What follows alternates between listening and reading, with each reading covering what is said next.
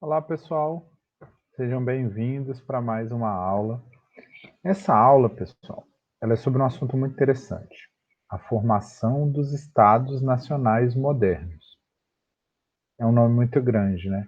Para simplificar, são os países que a gente conhece hoje em dia. Estado é outra palavra que a gente usa para país, para um governo, para um território que tem um governo. Pois bem, embora quando a gente conte a história pareça que esses países sempre existiram, eu já mostrei para vocês nos primeiros vídeos que os reinos, os impérios, eles estavam sempre em transformação, aumentando e diminuindo. Com a passagem para esse mundo moderno, aquele mundo descentralizado, espalhado, que tinha no período medieval da Europa, ele também começa a desaparecer porque os países começam a se organizar de uma nova maneira. O poder começa a se concentrar e ele vai se concentrar na figura do rei, que vai começar a acumular mais território, mais poder e através da burguesia, que é uma parte da população que a gente identifica principalmente com os comerciantes, que vão acumular uma riqueza mas que nunca vão poder ter verdadeiros direitos, porque esses direitos estão na mão da nobreza, os nobres, os senhores feudais, os aristocratas, as pessoas que tinham terra, porque na Idade Média, terra era sinônimo de poder e de importância. E o comércio vai voltar a crescer e vai voltar a se desenvolver e gerar riqueza. Pois bem, para a gente pensar melhor essa ideia de Estado Nacional moderno, eu quero que vocês pensem no caso do Brasil. O Brasil nem sempre existiu. O que será que faz com que a gente se sinta brasileiros? Que a gente se identifique com a bandeira do Brasil, com o verde, o amarelo, o azul e o branco, que a gente saiba o hino do Brasil, que a galera na Copa do Mundo fica lá em pé, coloca a mão no peito, canta a capela para mostrar tanto orgulho do país através do hino. Por que, que a gente identifica coisas como a feijoada com uma comida típica do Brasil? Por que, que nós temos uma mesma língua, o português, que vale para o país inteiro? Ainda que em cada região ela tenha algumas variações, algumas palavras sejam diferentes, tem o sotaque de cada região. Tudo isso acontece, pessoal, porque nós fomos preparados para sermos brasileiros. O Brasil nem sempre existiu. E ele não começou em 1500, quando Pedro Álvares Cabral passou por aqui. Na verdade, Portugal nem se preocupou em ocupar o território do Brasil, como eu falei para vocês nas grandes navegações. É só a partir de 1530. Na verdade, Portugal só vai se ocupar do Brasil mesmo muito mais para frente. E não é o Brasil, é a colônia, que era considerado parte do território de Portugal.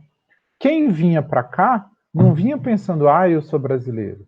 Muito menos os índios que viviam aqui pensavam, eu sou brasileiro. Essa identidade brasileiro não existia. Muitos historiadores, muitos professores, muitos pesquisadores vão colocar que essa identidade brasileiro só vai aparecer lá no século XIX, nos anos 1800, 300 anos depois da chegada dos portugueses no Brasil. E há quem diga que só com a Guerra do Paraguai, no final do século XIX, que a gente vai ter realmente um sentimento de identidade com o Brasil. A palavra Brasil vem muito antes da palavra brasileiro, tá? Bom, ainda assim, vocês viram aí que eu coloquei a imagem da bandeira, eu coloquei o texto do hino, tudo isso para vocês perceberem que os estados, eles têm símbolos. E uma das grandes coisas que o Estado inventou para ensinar esses símbolos para as pessoas foi a escola. A escola, galera, desculpa, ela não foi criada para fazer você realizar os seus sonhos. A escola foi criada para fazer você se sentir um cidadão do país onde você nasceu. Por isso que você estuda a língua do seu país, aí aqui no Brasil a gente estuda português, você estuda a história do seu país, e aí a gente estuda a história do Brasil, você estuda a geografia do seu país, ou seja, a escola é um grande instrumento dos estados nacionais modernos de criar o sentimento de nação, porque nação é aquilo com o qual a gente se identifica, que a gente quer pertencer, que às vezes as pessoas sacrificam a própria vida para defender essa nação. Portugal é considerado um dos primeiros estados nacionais modernos. Como a Península Ibérica, que é a região aonde Portugal ficava, estava em guerra porque ela estava ocupada pelos mouros, pelos muçulmanos, houve uma chamada Guerra de Reconquista. Durante muito tempo, as pessoas que moravam ali naquela região, onde é Portugal e a Espanha hoje, lutaram para conquistar essas terras de volta. Nesse processo de lutar constante contra os muçulmanos, essa identidade de nós somos um grupo que está lutando contra aquele outro grupo ficou muito mais forte. O Barcelona é a capital de uma região da Espanha chamada Catalunha, que vira e mexe está brigando para se separar do resto da Espanha. Porque essa ideia de Espanha que a gente tem, na verdade, ela é baseada no centro da Espanha, que é chamada de Castela, que é a região de Madrid, que é a capital da Espanha. Por isso que também se chama o espanhol de castelhano. Então, eu quero que vocês entendam que para ter um Estado nacional moderno, todas as regiões do mundo vão passar por uma transformação aonde você vai ter que controlar a fronteira, saber o tamanho do seu território, quais terras é o seu povo que manda, você vai ter que ter um povo e criar nessas pessoas esse sentimento de eu pertenço a esse lugar. Como? Falando uma mesma língua no país inteiro, tendo leis que valem para o país inteiro, tendo uma justiça que vale para o país inteiro, tendo um sistema de peso e de medida que vale para o país inteiro. Por exemplo, aqui no Brasil, a gente pesa tudo em quilo e a gente mede tudo em metro.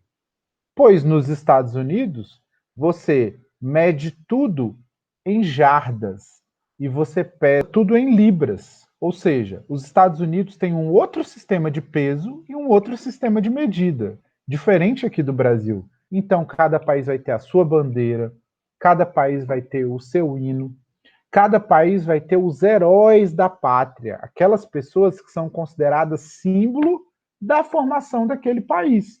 Como aqui no Brasil, muitas pessoas já foram escolhidas. E a gente tem até um chamado Panteão da Pátria, que fica aqui em Brasília, lá na Praça dos Três Poderes, onde fica o Tiradentes, coisas sobre Dom Pedro I, Dom Pedro II, mas também sobre o Zumbi dos Palmares, sobre vários personagens que são considerados importantes no processo de formação da história do Brasil, tá? Se no começo essa organização está restrita a algumas regiões, hoje ela está no mundo inteiro. Todos os países do mundo hoje seguem esse modelo de estados nacionais modernos. Por mais que ele não seja pacífico, ele tenha guerras, ele tenha conflitos, ele tenha exclusões, hoje em dia ele é um modelo global. Ele vale para o mundo inteiro. Espero que vocês tenham gostado, pessoal. Um abraço, até a próxima aula.